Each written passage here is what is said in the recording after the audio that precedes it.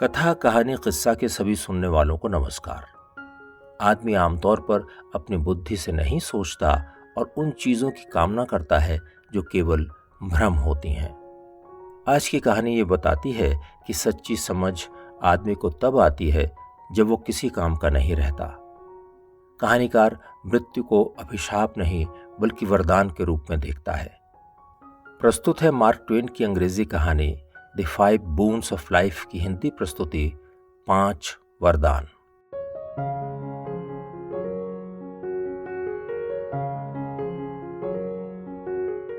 अध्याय 1। एक युवक के पास एक दिन एक परी पहुंची। उसके पास एक टोकरी थी। उसने कहा, मैं तुम्हारे लिए कुछ उपहार लाई हूं, लेकिन होशियार, इनमें से एक ही उपहार बेशकीमती है। अच्छी तरह से सोच विचार कर ही इनमें से एक को तुम्हें अपने लिए चुनना है। परी के पास 5 उपहार थे: प्रसिद्धि, प्रेम, धन दौलत, आनंद और मृत्यु। वो युवक उत्साह से बोला, अरे, इसमें सोचने की क्या बात है, मैं तो आनंद के अलावा किसी और को चुनूंगा ही नहीं। उसने उन 5 उपहारों में से आनंद को ही चुना। इसके बाद वो अपने जीवन में मस्त हो गया। उसने उन सभी चीजों के मजे लिए जिनकी जरूरत सभी युवा महसूस करते हैं, लेकिन ये सभी चीजें एक एक कर उसका भ्रम तोड़ती गईं। ये सभी आनंद, सभी मजे लंबे समय तक नहीं चले और उसे निराश कर गए। ये सब उसे बेकार लगे और इन्होंने उसे खालीपन से भर दिया। उसे ऐसा महसूस हो रहा था कि एक के बाद एक ये आनंद उसका साथ छोड़ रहे हैं और जाते हुए उसका मजाक उड़ा रहे हैं। आखिर में उसने कहा, मैंने ये पूरा समय ही बर्बाद कर दिया। अब अगर मुझे फिर से चुनाव करना होगा तो मैं बहुत सोच समझकर ही करूंगा। अध्याय 2। परी फिर से प्रकट हुई। उसने कहा, कोई बात नहीं, 4 उपहार अभी भी बचे हुए हैं। एक बार फिर से तुम चुनाव करो। याद रहे, समय बहुत तेजी से भागा जा रहा है और इनमें से केवल एक ही बहुत मूल्यवान है। उस आदमी ने बहुत देर तक सोचा और फिर प्रेम का चुनाव कर लिया। वो देख नहीं पाया कि जब वो ये चुनाव कर रहा था उस समय परी की आंखों में आंसू आ गए थे। कई साल बीत गए। वो आदमी एक खाली घर में एक ताबूत के पास बैठा हुआ था। वो खुद से कह रहा था, सभी लोग एक के बाद एक मुझे अकेला छोड़कर चले गए हैं। अब ये भी यहां पर लेटी हुई है। इससे ही मैं सबसे अधिक मोहब्बत करता था। अब कोई भी नहीं बचा। अब केवल तन्हाई है और मैं अकेला ही हूं। इस प्यार ने मुझे एक धोखेबाज व्यापारी की तरह ठग लिया है। प्रेम की खुशी के हर घंटे के बदले इसने मुझे दुख और दर्द के हजारों घंटे दिए हैं।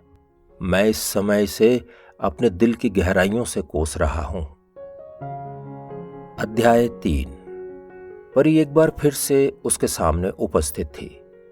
उसने उस आदमी से कहा, तुम एक बार फिर से अपने लिए उपहार चुन सकते हो। बहुत बरस बीत गए हैं। मुझे उम्मीद है कि तुम इस बार अक्लमंदी से चुनाव करोगे। अब 3 ही उपहार बचे हैं। इनमें से केवल एक ही बेशकीमती है। इस बात का ध्यान रखना और पूरी सावधानी से उपहार लेना। उस आदमी ने बहुत देर तक सोचा। काफी सोच विचार के बाद उसने प्रसिद्धि को चुना। परी ने गहरी सांस ली और वहां से चली गई। कई साल बीत जाने के बाद वो फिर वापस आई। वो उस आदमी के पीछे खड़ी हो गई जो एक खिड़की के पास अकेला बैठा डूबते हुए सूरज को देखता हुआ कुछ सोच रहा था। परी उसके विचारों को समझ रही थी। वो आदमी मन ही मन कह रहा था, पूरी दुनिया में हर तरफ मेरा नाम है। हर आदमी की जुबान पर बस मेरा ही जिक्र है। कुछ समय तक तो ये सब बहुत अच्छा लगा, लेकिन ये समय कितनी कम देर के लिए था। इसके बाद तो मेरे अंदर ईर्ष्या पैदा हो गई। मैं लोगों की निंदा करने लगा, उनकी चुगली करने लगा। लोगों से घृणा कर रहा था और उनके ऊपर जुल्म ढा रहा था। मैं लोगों की मजाक उड़ाने लगा और शायद यहीं से मेरे अंत की शुरुआत हुई। धीरे धीरे मेरी प्रसिद्धि कम हो रही थी और लोग मुझे दया की दृष्टि से देखने लगे। मेरी प्रसिद्धि का अंत हो गया। प्रसिद्धि अपने साथ दुख और निराशा भी लेकर आती है। जब आपको सब जानते हैं तब वो आपके ऊपर कीचड़ उछालते हैं, और आप जैसे ही मशहूर नहीं रहते तब वो आपके ऊपर दया करते हैं, आपका अपमान करते हैं। अध्याय 4। परी की आवाज सुनाई दी, एक बार फिर से अपना उपहार चुन लो। अब 2 ही उपहार बचे हैं। शुरुआत से ही एक उपहार सबसे अच्छा था जो अभी तक बचा हुआ है। वो आदमी कुछ सोचकर बोला, धन दौलत और क्या? अरे मैं भी कैसा ना समझ हूं, रुपया पैसा ही तो ताकत है। अब जाके आखिर में मेरी समझ में आया कि जीवन की असली जरूरत क्या है। मैं खूब खर्चा करूंगा, पैसे लुटाऊंगा और पूरा जीवन चकाचौंध में बिता दूंगा। मेरा मजाक उड़ाने वाले और मुझसे घृणा करने वाले ये लोग मेरे सामने कीड़े मकोड़ों की तरह धूल में रेंगते फिरेंगे। मेरे मन को उनके चेहरों पर दिख रही घृणा और गुस्से को देखकर बहुत शांति मिलेगी।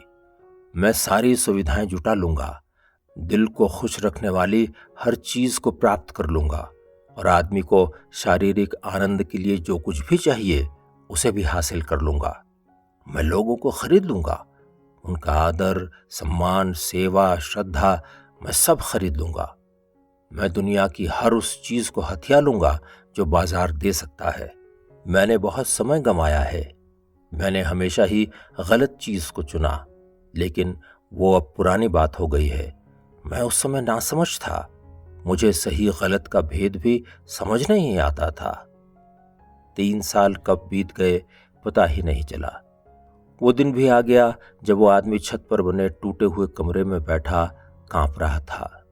वो कमजोर और बीमार दिखाई दे रहा था, गाल और आंखें धंस चुकी थीं। उसके शरीर पर अब फटे पुराने कपड़े ही थे। वो एक सूखी हुई रोटी का टुकड़ा चबा रहा था और बड़बड़ाए जा रहा था, लानत है दुनिया के इन उपहारों पर। ये दिखने में चमकदार और सुंदर लगते हैं, लेकिन आखिर में आदमी का मजाक ही उड़वाते हैं। ये उपहार किसी को भी हमेशा के लिए नहीं दिए जाते। ये हमें उधार में मिलते हैं और बाद में इन्हें वापस ले लिया जाता है। ये और कुछ नहीं बल्कि पीड़ा, दुख, शर्म और गरीबी को कुछ समय के लिए छिपाने का एक साधन मात्र होते हैं। परी ने ठीक ही कहा था। उसके उपहारों के खजाने में केवल एक ही उपहार शानदार था जिसकी कोई कीमत ही नहीं थी। अब मुझे महसूस होता है कि दूसरे सभी उपहार कितने बेकार और बेमानी थे। जो उपहार अब बचा है उसकी बराबरी तो कोई कर ही नहीं सकता। यह उपहार आपको गहरी नींद में सुला देता है, कोई सपना तक आपको नहीं आता। शरीर को मिलने वाले सभी तरह के दर्द और परेशानियों से आप मुक्त हो जाते हैं। लाओ, मैं बहुत परेशान हो चुका हूं, मुझे मेरा आखिरी उपहार दे दो। मैं अब आराम करना चाहता हूं। अध्याय 5। परी एक बार फिर हाजिर हो गई। वो चारों उपहार लाई थी, लेकिन मृत्यु उसके पास नहीं थी। उसने कहा, वो आखिरी उपहार मैं एक छोटे से बच्चे को दे आई हूं। उसने मुझ पर विश्वास किया और मुझसे कहा कि मैं ही उसके लिए उपहार चुन लूं। तुमने मुझ पर विश्वास नहीं किया और खुद अपने लिए उपहार चुने। वो आदमी पीड़ा से कराह उठा। उसने कहा, अब मैं क्या करूं? मेरे लिए तुम्हारे पास अब क्या बचा है? परी ने कहा, अब तुम्हारे पास वो है जिसकी तुमने मांग भी नहीं की थी। बुढ़ापे का दर्द, अकेलापन, बीमारी और अपमान ही तुम्हारे पास बचा है। 5 वरदान। अभी आपने मार्क ट्वेन की अंग्रेजी कहानी द 5 बून्स ऑफ लाइफ की ये हिंदी प्रस्तुति सुनी। अगर आप कहानी और लेखक के संबंध में और जानना चाहते हैं तो डिस्क्रिप्शन में देख सकते हैं। कहानी आपको अच्छी लगी हो तो इसे लाइक करें, शेयर करें और हमारे इस चैनल को सब्सक्राइब भी करें। जल्दी मिलते हैं एक और नई कहानी के साथ। नमस्कार।